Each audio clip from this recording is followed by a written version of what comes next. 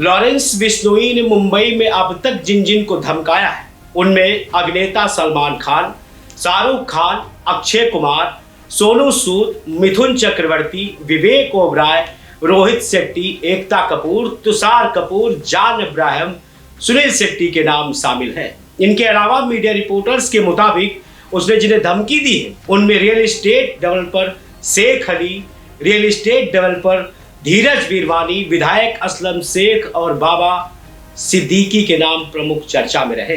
लेकिन बाबा सिद्दीकी की हत्या के बाद लॉरेंस के मकसद की तलाश न सिर्फ भारत सरकार को बल्कि अब कनाडा पुलिस को भी होने लगी।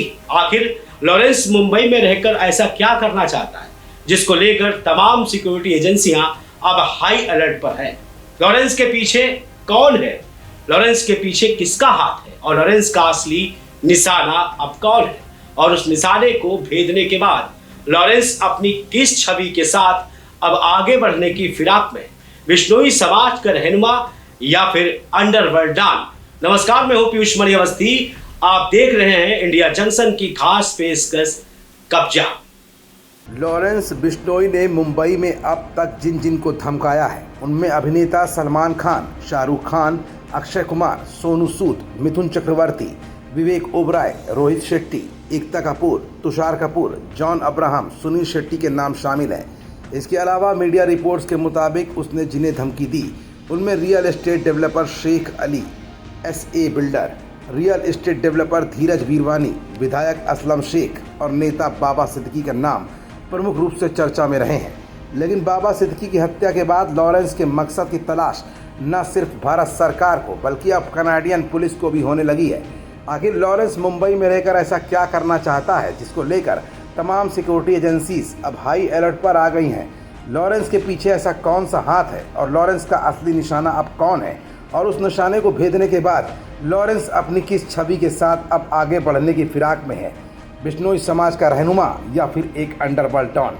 ये सब कुछ ऐसे सवाल हैं जिनका जवाब आज की इस रिपोर्ट में हम आपको दिखाएंगे भी और बताएंगे भी। दरअसल लॉरेंस की मंशा पहले बॉलीवुड से हफ्ता उगाही की नहीं थी। उसे सिर्फ अभिनेता सलमान खान से बदला लेना था, क्योंकि खान ने राजस्थान में एक फिल्म में शूटिंग के दौरान सन 1998 में काले हिरण का शिकार किया था, जिसे बिश्नोई समाज भगवान मानता है। लॉरेंस का कहना था कि सलमान अगर बिश्नोई समाज से माफ़ी मांग ले तो बात खत्म हो सकती है, लेकिन सलमान खान ने आज तक माफ़ी नहीं मांगी। यही वजह है कि लॉरेंस अभिनेता सलमान का जानी दुश्मन बन गया है।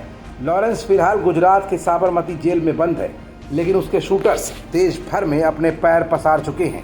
मुंबई पुलिस उसे हिरासत में लेकर पूछताछ भी करना चाहती है, लेकिन केंद्र सरकार की तरफ से कुछ कानूनी अड़चनें हैं और वो अड़चन है केंद्र सरकार द्वारा CRPC की धारा 268(1) और जैसे ही CRPC की धारा 268(1) की अड़चन हटी तो सबसे पहले बिश्नोई की कस्टडी मुंबई पुलिस को ही मिलेगी।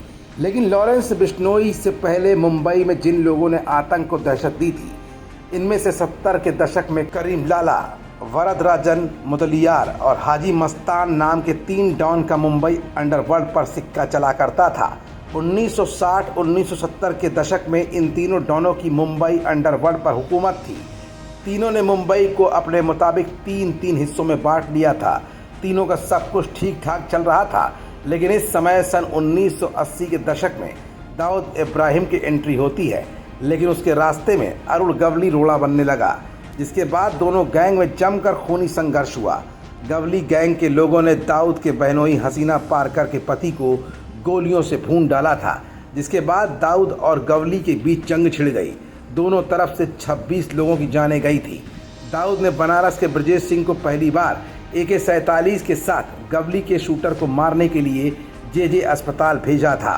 1993 के बम धमाके के बाद दाऊद मुंबई भाग गया था। तब गवली खुद को मुंबई का डॉन समझने लगा। ऐसे में अंडरवर्ल्ड की दुनिया ये जानती है कि आर्थिक राजधानी मुंबई से उनके नेटवर्क के संचालन को दुबई तक आसानी हो जाती है।